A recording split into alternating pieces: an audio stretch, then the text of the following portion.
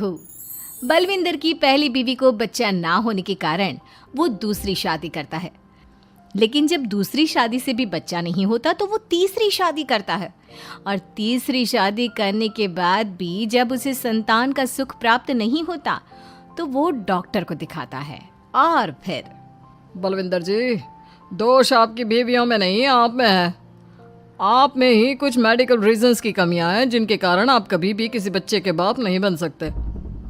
अरे बाप रे, ये तो घोर समस्या हो गई। एक बच्चे का बाप बनने का मेरा सपना था और आज वही चूर चूर हो गया। 3 बीवियों में पहली बीवी इंद्राणी, दूसरी बीवी सुधा और तीसरी बीवी कलावती। मुझे एक माँ बनने का सौभाग्य प्राप्त करना है। मुझे भी, इसीलिए तो मैंने शादी की थी। अरे लेकिन अब किसे पता था कि हमारे पतिदेव में ही कमी होगी। अब हम क्या करें? हम एक बच्चे को गोद लेते हैं। तीनों एक बेटे को गोद लेते हैं जिसका नाम प्रमोद रखा जाता है। 20 साल बाद अब तीनों भी बूढ़ी हो चुकी होती हैं। बलविंदर भी बूढ़ा हो चुका था। प्रमोद एक अच्छी नौकरी करता है।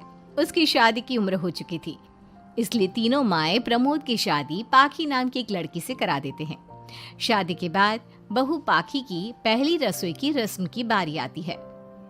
मेरी प्रिय 3 सासू माओ, आज मेरी पहली रसोई है। बताइए क्या बनाऊं? क्या पसंद है आप तीनों को? बहू तू ना कढ़ाई पनीर, सूजी का हलवा और पुदीने की चटनी बना दे। अरे नहीं नहीं, ये क्या पसंद है। अरे पाखी बहू, तू छोले भटूरे, सरसों दा साग और मक्के दी रोटी बना, और पंजाबी लस्सी भी बना दे। ओफो, सच में मेरी सौतनो, खाने के मामले में तुम्हारा टेस्ट और चॉइस दोनों भी बकवास है। बहू, नॉर्मल सिंपल सात्विक भोजन बना दो और हलवा पूड़ी खीर का भोग चढ़ा दो भगवान को मंदिर में। अरे कैसे तुम दोनों अपनी मनमानी कर रही हो? मैं तुम दोनों से पहले आई थी बलविंदर जी के जीवन में, और तुम दोनों से उम्र में भी मैं बड़ी हूँ। इसका मतलब मैं पाखी बहू की बड़ी सास हुई? नहीं, उम्र बस एक अंक होती है। मैंने सबसे ज़्यादा देखभाल की है प्रमोद की, इसलिए मैं एक सास होने का ज़्यादा हक रखती हूँ। पाखी बहू, तुझे मेरी बात माननी होगी। नहीं, तू मेरी बात मानेगी। जो मैंने कहा है वही तू करेगी। नहीं, मेरी बात मानेगी वो। नहीं मेरी। तीनों सास आपस में चिल्लाने लगती है और फिर वहां पर बलविंदर और प्रमोद आ जाते हैं। अरे ये क्या बिल्लियों की तरह लड़ रही हो तुम तीनों सास? पाखी बहू को घर में आए पूरे 24 घंटे भी नहीं बीते हैं। बाकी तुम एक काम करो, तीनों माओं की कही गई डिशेस में से हर एक की 50-50% डिशेस बना दो। लेकिन बस, अब प्रमोद ने कह दिया सो कह दिया। तुम तीनों अब झगड़ना और बहस करना बंद कर दो। पाखी तीनों सासों की कही गई आधी आधी डिशेस बनाती है और इस तरह अपनी पहली रसोई की रस्म पूरी करती है, जिसके बाद उसकी तीनों सास उसे शगुन और नेक देती हैं। फिर एक दिन, अरे पाखी बहू, तुमने अपना सारा काम निपटा लिया है ना? तो जरा यहाँ आना। मेरे ना घुटनों की मांसपेशियों में बड़ा दर्द हो रहा है। जरा तेल या बाम से मालिश तो कर दे बेटा। तभी वहां पर इंद्राणी और कलावती भी आते हैं। पाखी बहू, चलो मेरे साथ बाजार। मुझे ना नई साड़ियाँ खरीदने हैं। तुम्हारी फैशन सेंस बहुत अच्छी है ना, इसलिए मैं चाहती हूँ कि तुम मेरे साथ चलो। अरे पर मैं यहाँ पे पहले आई, तुम्हारे साथ ही सही, लेकिन मेरी स्पीड सबसे तेज थी। पाखी बहू, मेरे कमरे की अलमारी और पर्दे साफ कर दो ना, बहुत धूल जम गई है। मुझे खांसी भी आ रही है। अरे ऐसे कैसे तुम दोनों मेरी बहू को अपने साथ ले जा सकती हो? सबसे पहले मैंने बहू को कहा है कि वो मेरे घुटनों की मालिश कर दे। अब जाओ, 1 घंटे के बाद अपनी ये फीकी शक्लें लेकर फिर से आना। सुधा मैडम, ज्यादा ना बोलो। पाखी बहू को तुम दोनों से ज्यादा नेक दिया है मैंने, इसलिए पाखी बहू तो मेरा ही काम करेगी। और वैसे भी ये सुशील सर्वगुण संपन्न बहू अपनी इस बेचारी बूढ़ी सास को खांसते हुए कैसे देख सकती है? क्यों पाखी बहू? हाँ, पर नहीं पाखी बहू, तुम इन दोनों की भावनाओं के जाल में मत फंसो।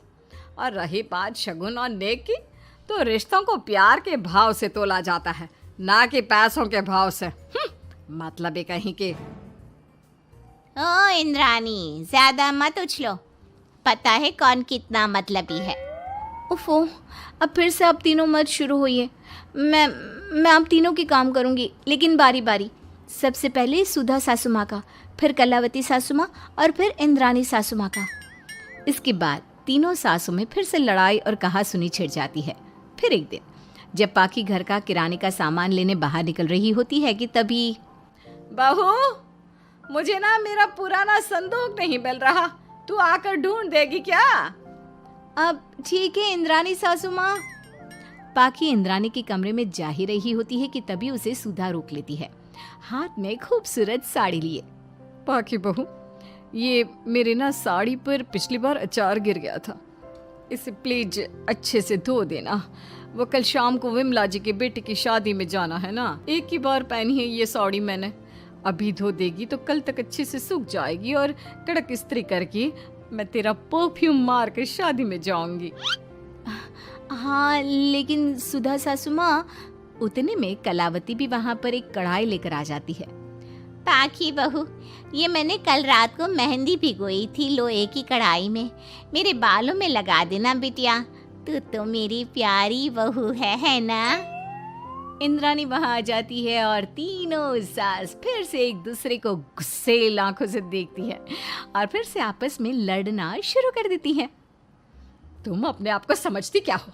खरीद लिया है क्या मेरी बहू को? ये मेरी बहू है। तुम मेरी पड़ोसन है क्या?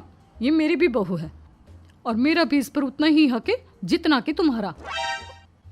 तुमने खरीद नहीं लिया है ना, तो ये मेरी है, सिर्फ मेरी इकलौती बहू मेरी पाखी, मेरा ही काम करेगी।